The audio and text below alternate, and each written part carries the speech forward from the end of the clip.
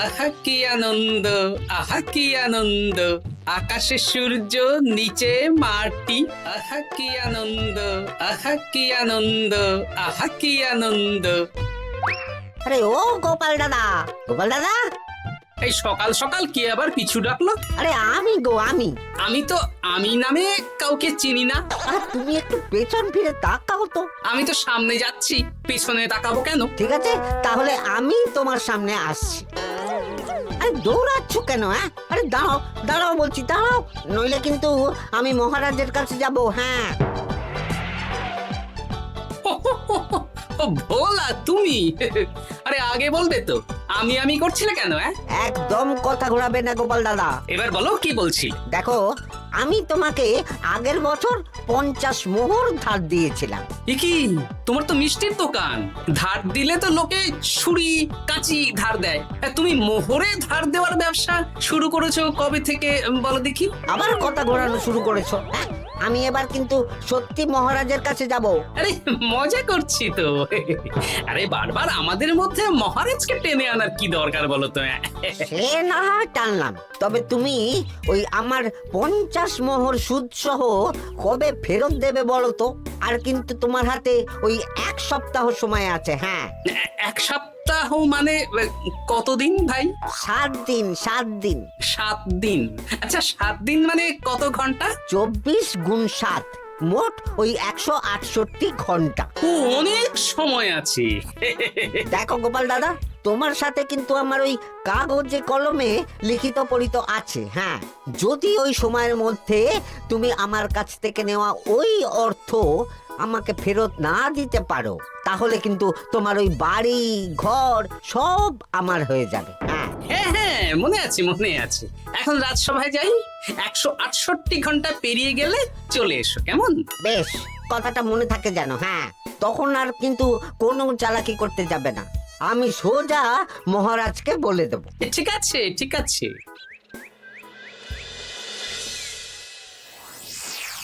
দেখুন মহারাজ, নিজের চোখেই দেখুন, সবাই হাজির, শুধু গোপাল ধা। সত্যি গোপাল ইদানিং আবার দেরি করে আসা শুরু করেছে। ওকে আচ্ছা করে ধোলাই দিন, তাহলেই চলে আসবে। কাজের কাজ তো কিছু করে না, শুধু বসে থাকে, তাতেও এই। যা বলেছেন মন্ত্রী মশাই।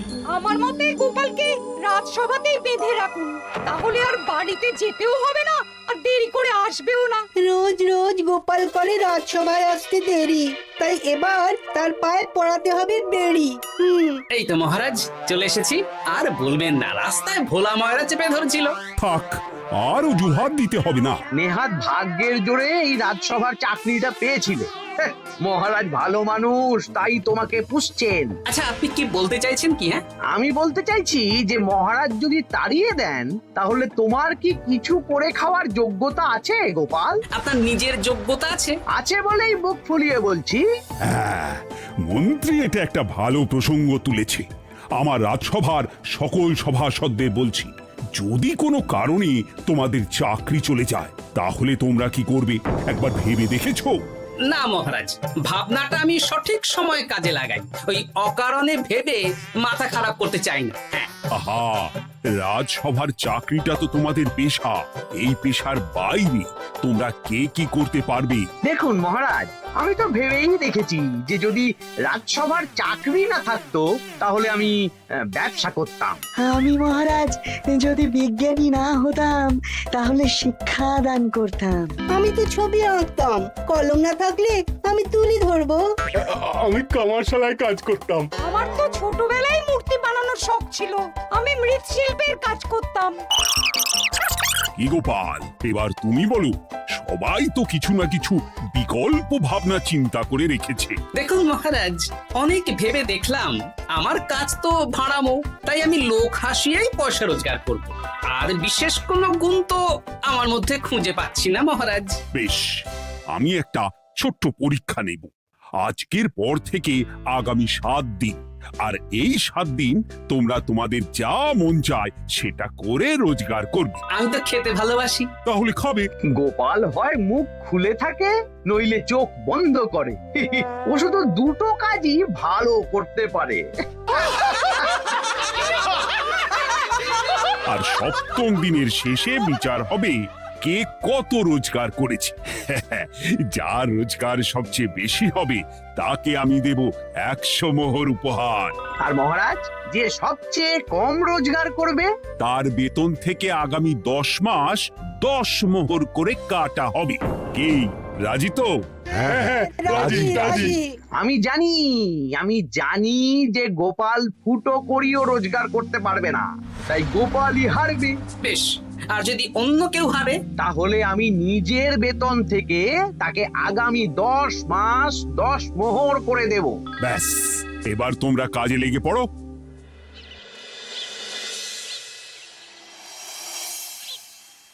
এ কি গিন্নি, আজকেও নিরামিষ? হ্যাঁ, আজকেও নিরামিষ খেতে হয়। হ্যাঁ, রোজই তো কিছু না কিছু একটা লেগে আছে তোমার। আমাদের পুরো শরীরটাই তো আমিষ। হ্যাঁ, তাহলে আমিষ খেতে বাধা কিসের বলো দেখি? বেশি তর্ক করতে হবে না বাপু, তা তোমাকে ডিম বানিয়ে দেবো। হ্যাঁ, না, আমি মানুষই। ঠিক আছে গিন্নি। আরে তোমাকে ডিম বানাবো বলেছি নাকি? আমি বললাম তোমার জন্য ডিম বানিয়ে দেবো। জন্যটা তো বলনি তখন। আরে তাড়াতাড়ি দাও, তাড়াতাড়ি দাও। এখন কদিন শুধু খাবো আর ঘুমাবো। 7 দিন ছুটি। ছুটি মানে? সেসব পরে বলবো গিন্নি। যাও গিয়ে ডিম সেদ্ধ বসাও।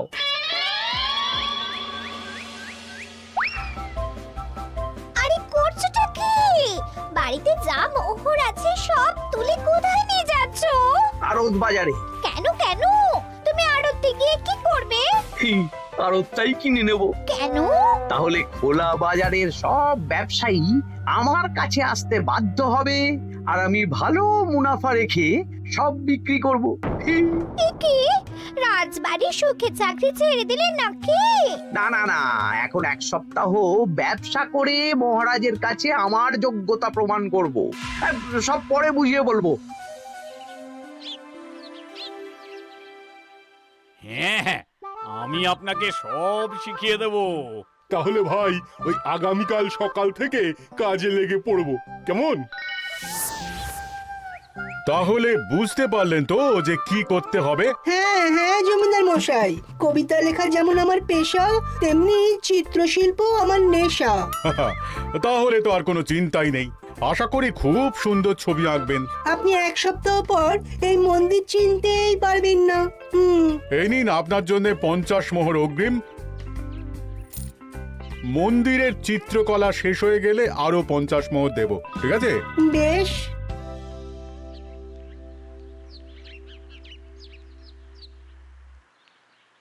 এই হাত চালা, হাত চালা। হাত পা সবই তো চালাচ্ছি মন্ত্রী মশাই। আপনি এত শাকসবজি আনাজ দিয়ে করবেনটা কি? আমি এখন 7 দিন কৃষ্ণনগরের বাজার নিয়ন্ত্রণ করব, তাই সব জিনিসপত্র আড়ত থেকে আমি নিজেই কিনে নিয়েছি। এবার সাধারণ বাজারের দোকানদাররা আপনার কাছে আসবে। কাল সকাল থেকে শুধু মোহর গুনবো।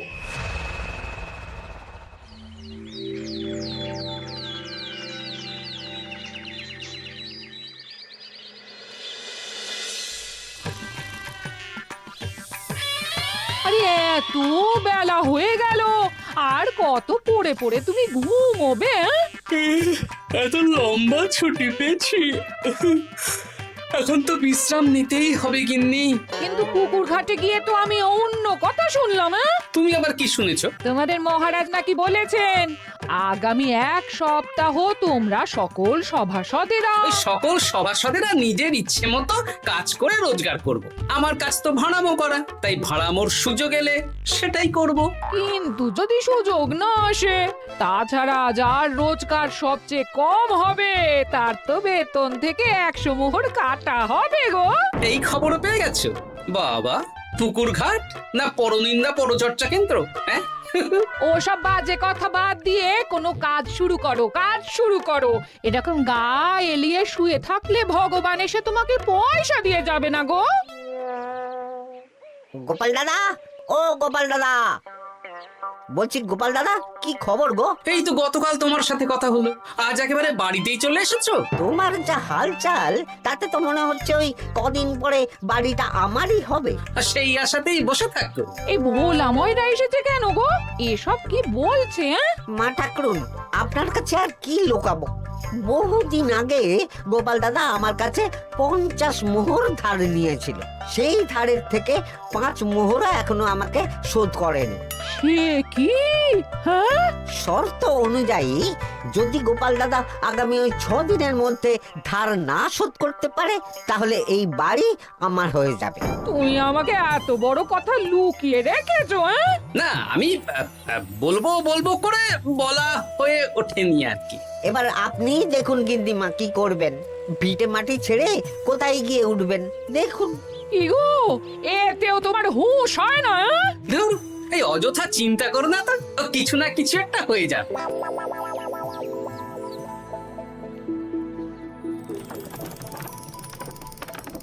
বাহ বাহ বাহ, পণ্ডিত মশাই, আপনি তো এর মধ্যেই কাজ শিখে গেছেন। আমি তো ছোট থেকেই মাটির পুতুল বানাতে ভালোবাসতাম। বিভিন্ন দেবদেবীর মূর্তি নিজেই বানাতাম, তারপর পুজো করতাম।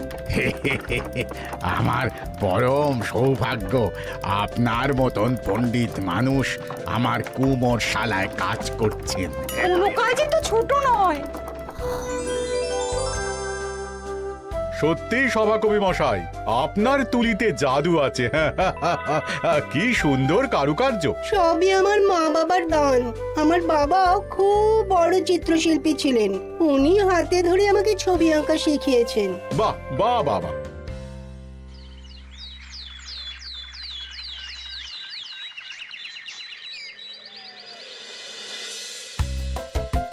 এই যে পুটি, আজকে তো একটা মজার জিনিস শেখাবো। কি জিনিস? নয়ের নামটা তো তোরা পড়েছিস, হ্যাঁ, বল তো। 9 একে 9, 9 দুগুণে 18, 3 9 27, 4 9 36। ঠিক আছে ঠিক আছে, এবার থাম। পুরো মুখস্থ। সে তো বুঝতেই পারছি। এবার মজার জিনিসটা দেখ। 9 কে 9, 9 দুগুণে 18, 18 মানে কি? 1 10 8। হ্যাঁ, এবার 1-এর সাথে 8 যোগ কর, কত হয়? 9 3 9 কত? 27। 2-এর সাথে 7 যোগ করলে কত হয়? 9 36-এর 3-এর সঙ্গে 6 জুড়লে 9। আরে বাস, দারুণ তো। হ্যাঁ হ্যাঁ। সত্যি বিজ্ঞানী মশাই, আপনি কি সুন্দরভাবে পড়া বোঝান। এটা তো আমার নেশা।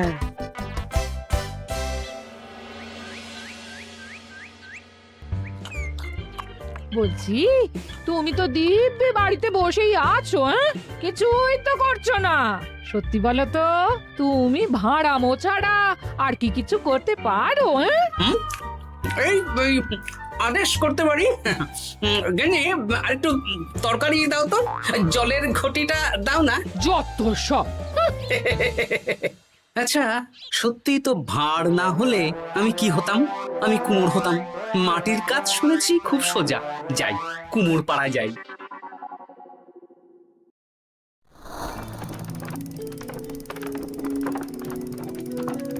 আমার কি সৌভাগ্য, রাজসভার দুজন সভাসদ আমার সঙ্গে কাজ করছে। আচ্ছা, এইভাবে ঘোরাবো? এই যা, হলো না হলো না। এটা কি মুড়ির মোয়া নাকি? দাও, আমাকে করতে দাও, তুমি অন্য কিছু করো।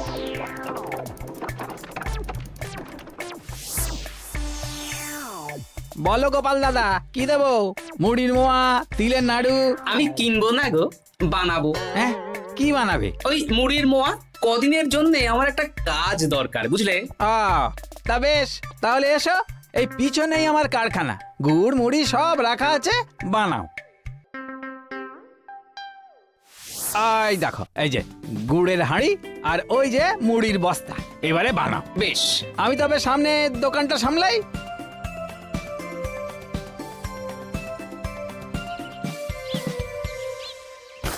কিসের আওয়াজ হলো?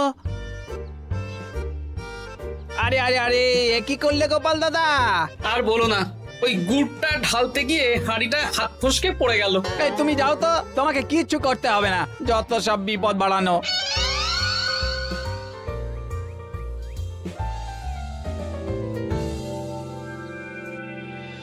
তোমার দ্বারা কিছুই হবে না। হ্যাঁ, সত্যি তো, আমার দ্বারা যে কিছুই হবে না গিন্নি। তাহলে তুমি করবেটা কি? এমন করে বলো না গিন্নি, সবারই খারাপ সময় যায়। আর খারাপ ভালো, যে সামান্য মুড়ির মোয়া বানাতে পারে না তার মুখে এসব মানায় না। এদিকে বাজারে সবজির দাম হু হু করে বেড়ে গেছে। তাই নাকি? বলি তুমি জানবে কি করে? কদিন তো শুয়ে বসে আছো, আমি তো বাজার দোকান করি। মন্ত্রী মশাই এখন আড়ত সামলাচ্ছেন আর সাধারণ বিক্রেতাদের চড়া দামে বিক্রি করছেন। হ্যাঁ, ও বেটা জীবনে শোধরাবে না। উনি তো তাও ছলে বলে রোজগার করছেন গো। আর তাছাড়া অনেকে পথে গান শুনিয়েও রোজগার করেন, সেটাও তো তুমি পারবে না। হ্যাঁ, এই তো পেয়েছি। 6 দিনের মাথায় তো রাজসভায় একটা বৈঠক হবে, সেদিনই আসল মজা জমবে। কিসের মজা গো? হ্যাঁ, সেটা সেদিনই বুঝতে পারবে।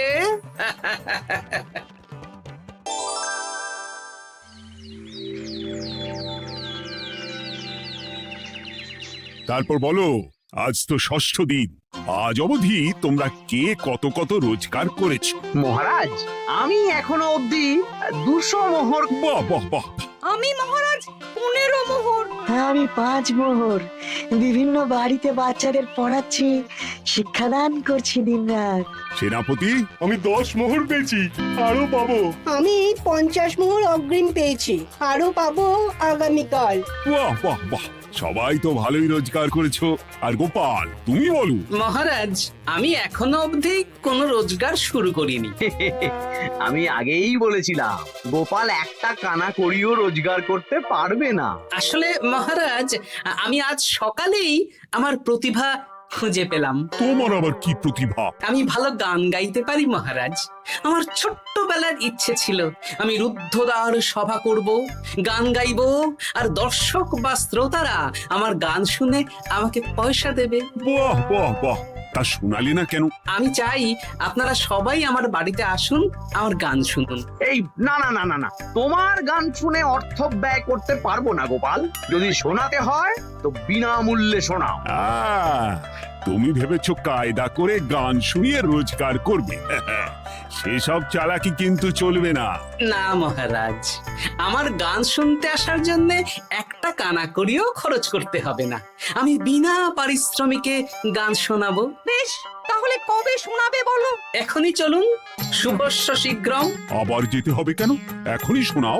আমার আবার নিজের বাড়ি ছাড়া প্রতিভা বিকশিত হয় না। বেশ তো, এই কদিন টানা কাজ করেছি, তোমার গান শুনে মনটা যদি ফুরফুরে হয়ে যায় ভালো তো। চলো গোপাল। আসুন আসুন, সবাই ভিতরে আসুন। আসন পাতা আছে, সবাই বসুন।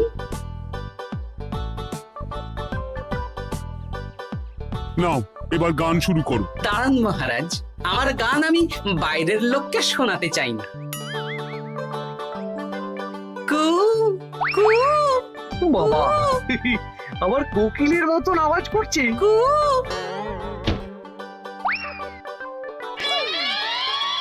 নাও নাও, শুরু করো।